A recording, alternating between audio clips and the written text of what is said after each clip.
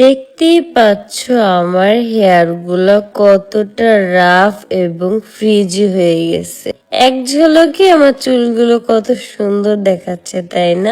আজকে আমি চলে গেছিলাম মায়া শেখস মেকওভার সেলুনে। আজকে আমি আমার রাফ চুলে ন্যানো প্লাস্টিয়া হেয়ার ট্রিটমেন্টটা করাবো।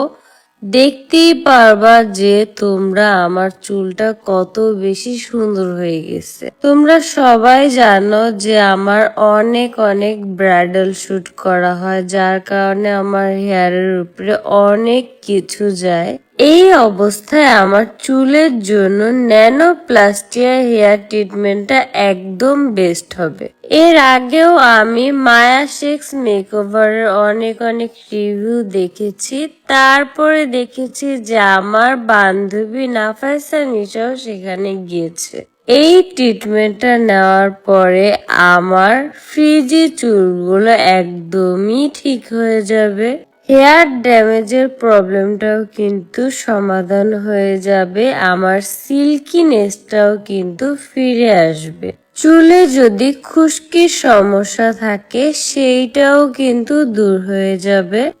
আবারও নতুন লুকে সবার সামনে ধরা দিল আঁখি। তিশা যতই চেষ্টা করুক না কেন আঁখির জায়গা সে কখনোই নিতে পারবে না। একের পর এক ধামাকা লুক কিন্তু সবার সামনে নিয়ে আসছে আঁখি। আঁখি যতগুলো ব্রাইডাল লুক করেছে তার একগুণও কিন্তু তিশা করে নাই। তিশা বলেছে সে মাঠে নেমেছে, আর কেউ থাকতে পারবে না মাঠে। এখন আঁখি মাঠে নেমেছে, এখন আর তিশার কোনো ভ্যালুই থাকবে না।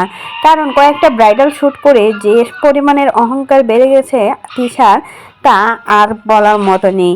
আর কেউ তো একটা শ্যুটও তিশার পছন্দ করে নাই, কেননা তিশার ফেজে নাকি কোনো মায়া নেই, একদম হিংসিতে বলা লাগে তিশার ফেজে। তাই তো তিশাকে কোনো ব্রাইডাল লুকেই মানায় না। আঁখি কালো হতে পারে, তার একটা মায়াময়ী চেহারাতে এই ব্রাইডাল লুকগুলো কিন্তু ফুটে ওঠে খুব সুন্দরভাবে।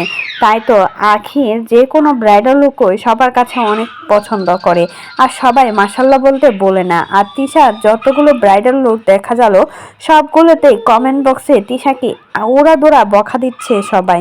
তো এই বিষয়ে যদি আপনাদের কোনো মতামত থাকে সেটা কিন্তু কমেন্ট বক্সে জানাবেন।